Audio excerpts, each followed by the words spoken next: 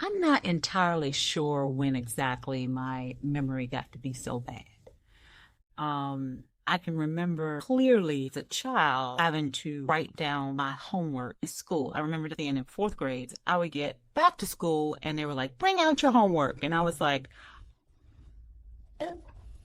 and I was such a good student that I was mortified. So I taught myself to keep a little notebook and write my homework so I will remember what to do when I got home. So now, as an adult, I fully embrace the fact that I have no memory. I don't know where it went, only gone downhill from there.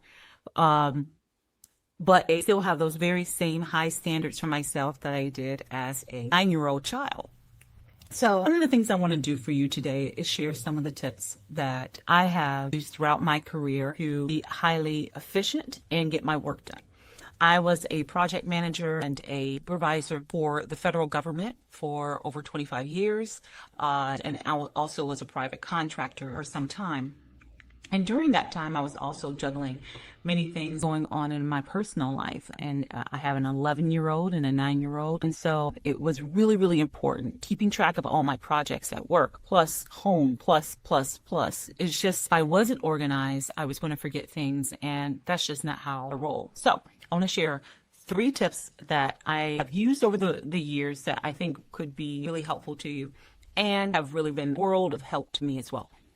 So first things first, I used to carry around a notebook when I was project manager because I had several projects and I had notebooks for each one of the projects, right? So when I went to a meeting, I could open my book and take notes and go back to my desk and then go to the next meeting and the next meeting. And sure as my name is Rachel McCullough, someone would ask about a meeting that I didn't have a notebook for. So then upgrade it to having one notebook and just having tabs, right? Different sections for each project. And so that worked for a while. Well, after the notebook got heavy. And the thing you should know about me, I am crazy clumsy. I like to spill things like my coffee and my water on things as I'm carrying all this stuff in this big notebook from point A to point B, and it just got to be just ridiculous. So nothing vexes my OCD. Okay, let's add that to my list of elements, is that now I'm looking at a piece of paper where I can't read the writing because it's smeared because I spilled coffee on it, and now I gotta look at coffee stained paper, and that's not gonna work. So I started using Microsoft OneNote. I absolutely love the day that I found that, and it's just been wonderful for me. It really was helpful for me to keep track of each of the projects and conversations. And then when I started to manage staff, each one of them would have a tab within my OneNote. And so OneNote is one of the biggest gifts to me as far as staying organized, and there's so many ways that you can take notes in OneNote. Is synced to the cloud, so you can never lose your notes. They're always saved. You can also make sure that you can take notes dictation. You can record meeting information just by speaking into it, so you don't always have to type. So I have the app also on my phone, and so it's just super helpful for staying on top of things, and it connects to your Microsoft Outlook, to your email, so that you can set tasks and reminders that way, so that when you need to follow up and do something later, that's one of the many ways that you can set a reminder for yourself to do something later because it's something that someone said in a meeting. Okay, so Microsoft OneNote, highly recommend it. If you need assistance in setting that up, or if you would like a training on how that could work for your team, please let me know, and I'd be more than happy to facilitate that for you and your group. Another thing that I've used here lately, speaking of reminders, is Google. So I do have an Echo Dot in my house. Yes, I did not want that thing listening to my conversations for many years, but somehow I think I was gifted it or something. I don't know how this thing arrived in my home, but it probably was a promo or something. It's connected to my Wi-Fi, and so all I have to say is, and then it will start listening and it will do what I ask it to do. So one thing I do is I use it to do my grocery list.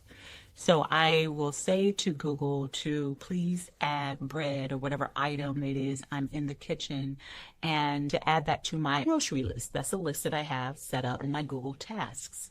And I need it to do because I would always go to the grocery store and I didn't have my list.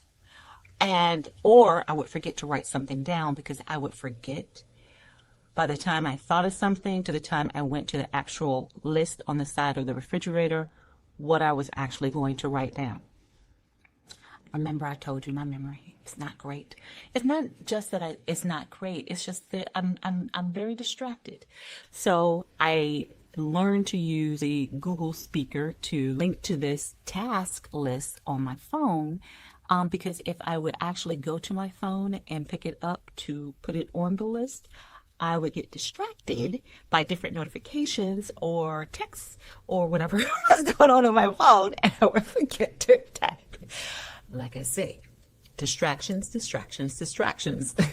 And so that's one of the things that I really, really recommend is if you have one of these devices, whether it's Alexa or something like that, have it synced to some kind of list that you have on your phone so that when you're out and about and you decide to stop to the store, that you have your list of things that you need at home.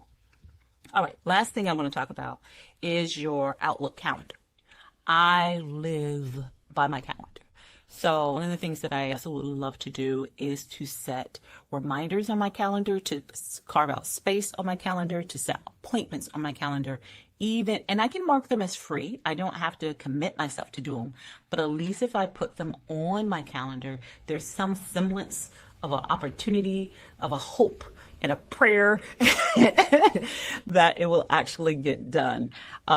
Early when I started working out, I would put on my calendar the time that I was going to work out. So when the alert came on the Fitbit that it was time to work out on my calendar, I would be less likely to say, not going to do it. Yes, you will do it. It came up on your calendar and we do what we put on our calendars. So that was really great for increasing my consistency in my workout. If you know that Bible study is going to come up, if you know that you have something that you really want to do on a regular basis, and invite other people to those meetings, okay? So that you all know what you have scheduled for that time.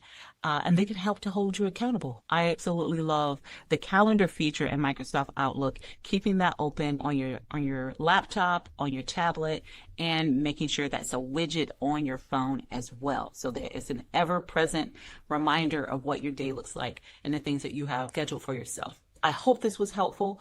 I hope that that these 3 tools were helpful to you. If you are looking for more tips to stay more accountable and help you achieve your goals, then please like, follow, and drop a comment on. Tell me what you're working with. I would more than love to work with you in achieving your business goals and achieving your professional goals for yourself as well.